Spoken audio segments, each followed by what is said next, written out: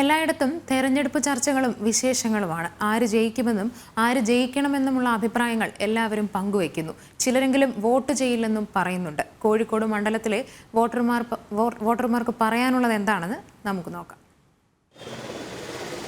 കേരളത്തിൽ ശക്തമായ ത്രികോണ മത്സരം നടക്കുന്ന മണ്ഡലങ്ങളിലൊന്നാണ് കോഴിക്കോട്. മണ്ഡലത്തിലെ വോട്ടർമാർ ഇവിടുത്തെ ജയപരാജയ പ്രതീക്ഷകൾ പങ്കുവെക്കുകയാണ്.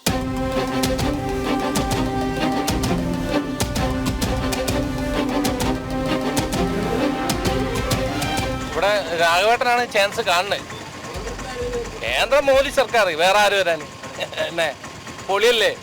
കോഴിക്കോട് രാഘവനെ കവച്ചു വെക്കാൻ ആരുമില്ല കോഴിക്കോട്. ഇനിയും അടുത്ത ചിലപ്പോൾ രാഘവൻ തന്നെ വരും.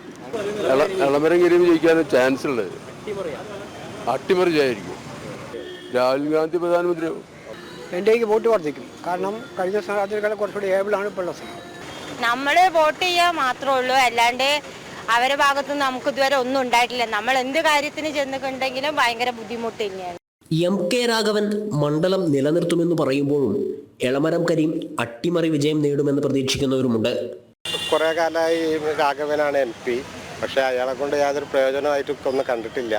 ഇനി എളമരം കരീമിനെ ഒന്ന് പരീക്ഷിച്ച് നോക്കാന്നുള്ള. കോഴിക്കോട് M.K. രാഘവന് സാധ്യതയുണ്ട്.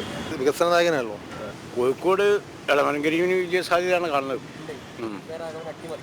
M.K. രാഘവനെ അട്ടിമറിക്കാം. ഇപ്പോഴത്തെ രാഷ്ട്രീയ സാഹചര്യം, ആ സാഹചര്യം കൊണ്ട് എളമരം കരീം നല്ലൊരു വിജയ പ്രതീക്ഷിക്കുന്നുണ്ട്. കോഴിക്കോട് ആര് ജയിക്കാനും മാർക്സിസ്റ്റ് ജയിക്കുന്നുള്ളൂ.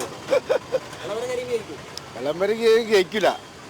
ഇത്രയും കാര്യം ഒരു ചെയ്തിട്ട് എന്താ ഒരു നല്ല കാര്യം ചെയ്തവര് മാർക്സിസ്റ്റ് പാർട്ടി വരരുത് കേരളത്തിൽ. അതാണ് ഇതിനൊക്കെ രാഘവൻ ജയിക്കുള്ളൂ. ഞാൻ ഒരു രാഷ്ട്രീയ പാർട്ടി ഇല്ല, എന്നാലും പറയാണ് രാഘവൻ. ഉറപ്പല്ലേ. കേന്ദ്രത്തിൽ നരേന്ദ്രമോദി അധികാരത്തിൽ വരുമെന്ന കാര്യത്തിൽ അധികമാർക്കും സംശയമില്ല.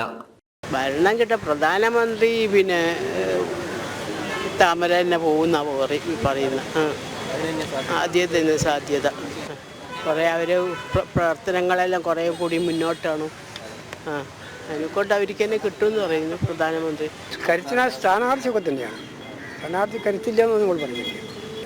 NDA കുറച്ച് വോട്ട് കൂടുതൽ കിട്ടും. ആര് ജയിച്ചാലും നമുക്ക് നല്ലത് കിട്ടിയാൽ മതി. നല്ല ഒരു വികസനവും കാര്യങ്ങളൊക്കെ വന്നാൽ മതി. മാറ്റം വേണമല്ലോ. മാറി മാറി പാർട്ടികൾ അധികാരത്തിൽ വരണമല്ലോ ആൾക്കാർക്ക്.